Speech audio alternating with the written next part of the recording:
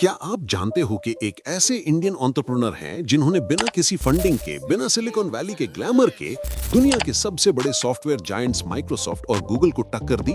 ये कहानी है श्रीधर वेम्बू की, एक ऐसे विजनरी लीडर की जिन्होंने प्रूव कर दिया कि अगर विजन क्लियर हो तो छोटे से गांव से भी दुनिया जीती जा सकती है।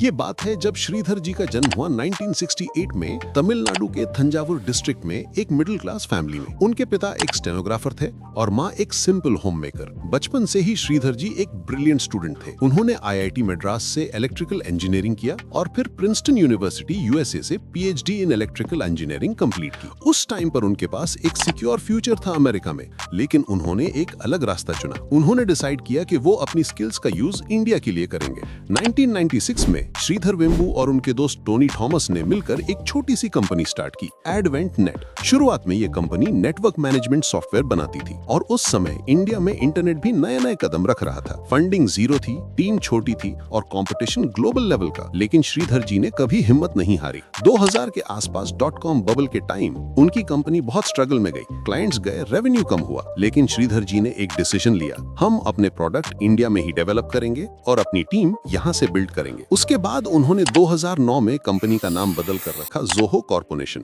और यहीं से शुरू हुआ एक ऐसा जर्नी जो आज हर इंडियन एंटरप्रेन्योर के लिए इंस्पिरेशन है। जोहो ने एक के बाद एक बिजनेस एप्स लॉन्च किए। जोहो सीआरएम, जिससे सेल्स और कस्टमर मैनेजमेंट आसान हो गया। जोहो बुक्स, जिससे अकाउंटिंग और बिलिंग सिंप्लीफाई हुई। जोहो मेल, एक secure ad free email platform. Zoho projects, जिससे टीम कोलैबोरेशन और मैनेजमेंट पॉसिबल हुआ। जोहो पीपल, एचआर और पेरोल के लिए, और जोहो क्लिक, कम्युनिकेशन के लिए। आज जोहो के पास 80 से भी ज्यादा एप्स हैं, जिसमें Zoho creator, Zoho desk, Zoho analytics, Zoho campaigns जैसे वर्ल्ड क्लास टूल्स शामिल हैं। इन सब को मिलाकर जोहो एक कंप्लीट बिजनेस इकोसिस्टम बन गया है। एक ऐसा प्लेटफॉर्म जहां छोटी कंपनी से लेकर बड़े एंटरप्राइजेस तक सब अपने बिजनेस को मैनेज कर सकते हैं। और सबसे बड़ी बात, जोहो ने कभी भी किसी इन्वेस्टर का पैसा नहीं लिया। ये कंपनी कंप्लीटली बूटस्ट्रैप्ड है, मतलब अपने प्रॉफिट से ग्रो हुई है। जोहो का बिजनेस मॉडल सिंपल है, हाई क्वालिटी सॉफ्टवेयर, लो प्राइस और मैक्सिमम प्राइवेसी। जहां माइक्रोसॉफ्ट और गूगल अपने यूजर्स का डेटा एड्स के लिए यूज करते हैं, वहां जोहो के फाउंडर ने कहा,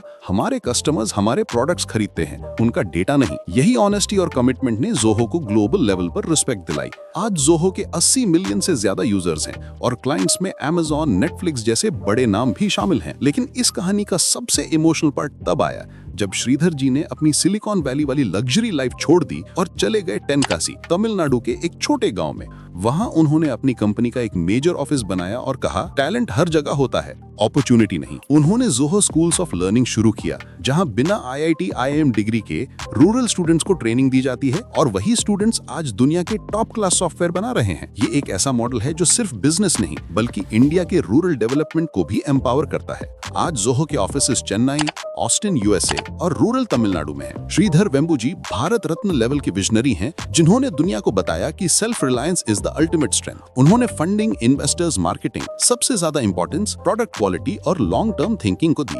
इसलिए आज जोहो माइक्रोसॉफ्ट 365 और गूगल वर्कस्पेस जैसे जायंट्स को डायरेक्ट कंपटीशन दे रहा है। श्रीधर वेम्बू ने दुनिया को दिखाया कि मेड इन इंडिया सिर्फ एक लेबल नहीं, एक रेवोल्यूशन है। तो दोस्तों, जब भी आप अपना स्टार्टअप शुरू करने का सोचो या फंडिंग ना मिलने का गम हो, तो श्रीधर जी की कहानी याद रखना। वो एक रिमाइंडर है कि असली पावर इन्वेस्टर्स में नहीं, विजन में होती है। अगर आपको जोहो की ये इंस्पायरिंग कहानी पसंद आई हो तो वीडियो को लाइक करो, शेयर करो और कमेंट करो, जोहो जिंदाबाद। क्योंकि ये सिर्फ एक कंपनी की स्टोरी नहीं, ये भारत के टैलेंट, सेल्फ बिलीफ और फ्यूचर की कहानी है। Zoho, made in India for the world.